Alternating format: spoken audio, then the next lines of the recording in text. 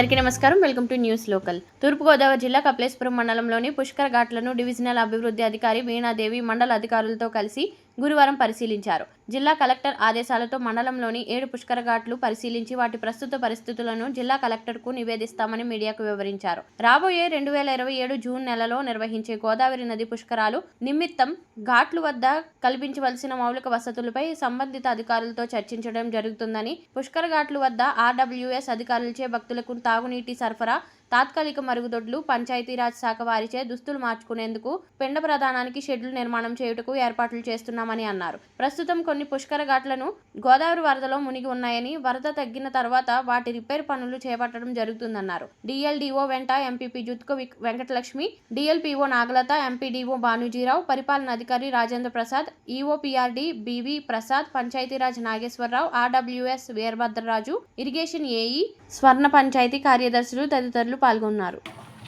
ఇక్కడెక్కడ చేస్తారు, ఒప్పుకోరు కదయ్యా.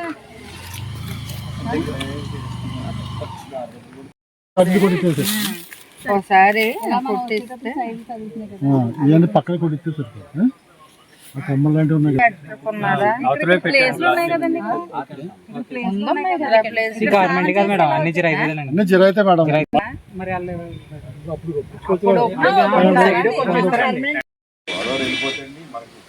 ఈరోజు కపిలేశ్వరం మండలం రావడం జరిగింది. ఇక్కడ టోటల్ 7 ఘాట్లు ఉన్నాయండి.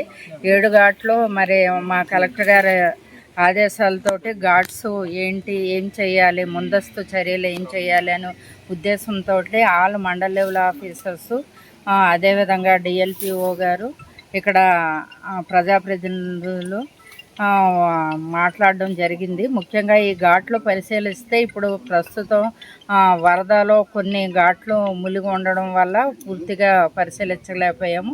కొన్ని ఘాట్లు బాగున్నాయి. ఆ ఘాట్లు కూడా కొన్ని ఘాట్స్ని రిపేర్కి పెట్టడం జరిగింది. అదేవిధంగా ఆర్డబ్ల్యూఎస్ నుంచి ఆర్ఓ వాటర్ కానీ లేకపోతే టాయిలెట్స్ కానీ పెట్టించడం జరుగుతుంది.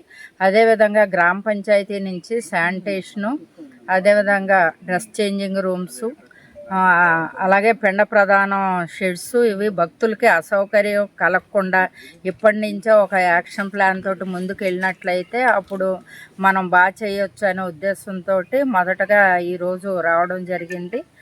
ఇవన్నీ గౌరవ కలెక్టర్ గారికి దృష్టిలో పెట్టడం జరుగుతుంది. ఇక్కడ మేము తిరిగి ఏమేమి పరిశీలించాము, ఏమి అవసరతలు గుర్తించామనేది కలెక్టర్ గారికి చెప్పడం జరుగుతుందండి.